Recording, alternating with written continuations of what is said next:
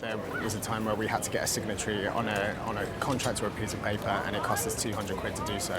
When me and my housemates moved in, we paid £70 each, agency fees, and on top of that we had to pay a cleaning fee of £400 just to move in. It was ridiculous. So I was charged 900 for service that by agency that I didn't know about. And it was a complete surprise. These are just some examples of where Londoners have incurred agency fees when renting in the capital. The publication The Debrief is now petitioning the government to make these charges illegal to all across the country. Letting agents can charge whatever they want to tenants in this country because there is no cap on what they can charge. As of last year, 2015, there was an amendment to the Consumer Rights Bill which meant that agents had to publish their fees. The government seemed to think that this is enough, in terms of regulation. It's not. Publishing your fees doesn't make any difference. They can still be extortionate because there is no regulation on what they can charge. So what you've seen is the extension of the private rental sector with a lack of regulation. More people are using it, there's more demand than there is supply. So why wouldn't you, as a business, charge as much as you could possibly charge to cash in?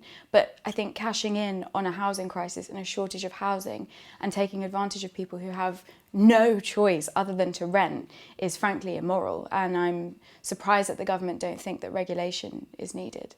I think in London, this really is the eye of the storm of the housing crisis that we have nationally. You constantly are aware as a renter that you are 10 to 1. You're not important. There are more of you than there are houses. But interestingly, the argument then should be surely in London, where there is a demand and a shortage of supply for rented properties, agents have to do less work to fill them. So the fees, in theory, should be even lower. But those fees tend to be higher, with the campaign finding on average renters in the capital having to pay £2,000 up front. Make Renting Fair wants to make all these fees illegal, and to get that done, the law needs to change, which has worked in other countries within the UK. In Scotland, they've been banned outright since 2012, and the world still turns. So there's no reason why they couldn't be banned in England. Some people argue that banning fees would be a problem because agents need to charge for this service. What I would say to them is they charge landlords too. They're double charging. They get an income from the tenant and from the landlord. The fact that you're being charged on top of the rent that you pay, which is effectively a fee for a service anyway, is just ludicrous.